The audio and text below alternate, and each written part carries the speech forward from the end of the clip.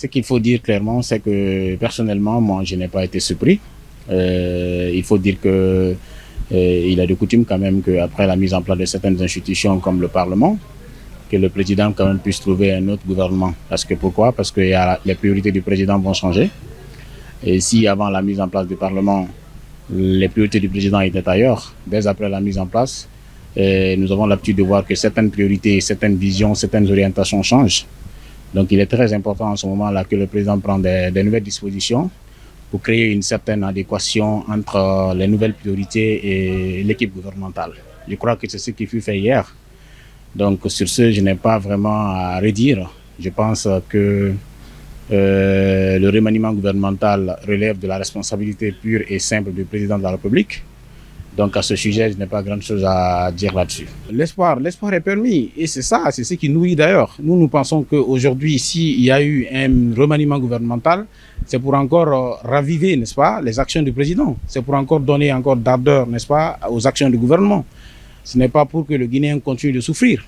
Donc à partir de ce moment-là, nous continuons en tout cas à espérer. Nous continuons à espérer. Nous pensons que les choses vont s'améliorer. Et on attend les premières actions, on verra. On espère que les choses vont être mieux que cela n'a été avant. Mais ce que je pourrais dire après cela, en fait, c'est cette réforme. Parce qu'on considère déjà ce remaniement gouvernemental comme étant une réforme gouvernementale.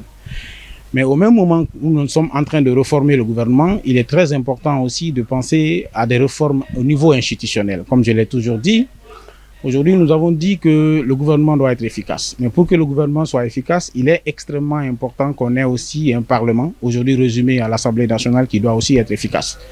Donc je pense que c'est le lieu pour moi aussi d'interpeller, n'est-ce pas, ou d'attirer, n'est-ce pas, l'ensemble de nos parlementaires, je vais parler de nos députés, pour encore plus d'efficacité. Parce que l'efficacité d'un gouvernement dépend foncièrement de l'efficacité du Parlement, parce que leur rôle, c'est de contrôler l'action gouvernementale et de suivre, n'est-ce pas, ces actions gouvernementales pour que ces actions-là puissent avoir un impact positif sur les conditions de vie des gens.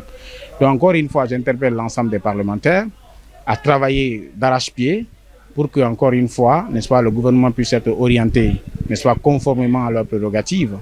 Et aussi ne pas surtout oublier aussi que on est dans une phase de démocratisation de notre pays qui exige aujourd'hui, n'est-ce pas, qu'il y ait un chef de file de l'opposition. Je reviens encore une fois là-dessus.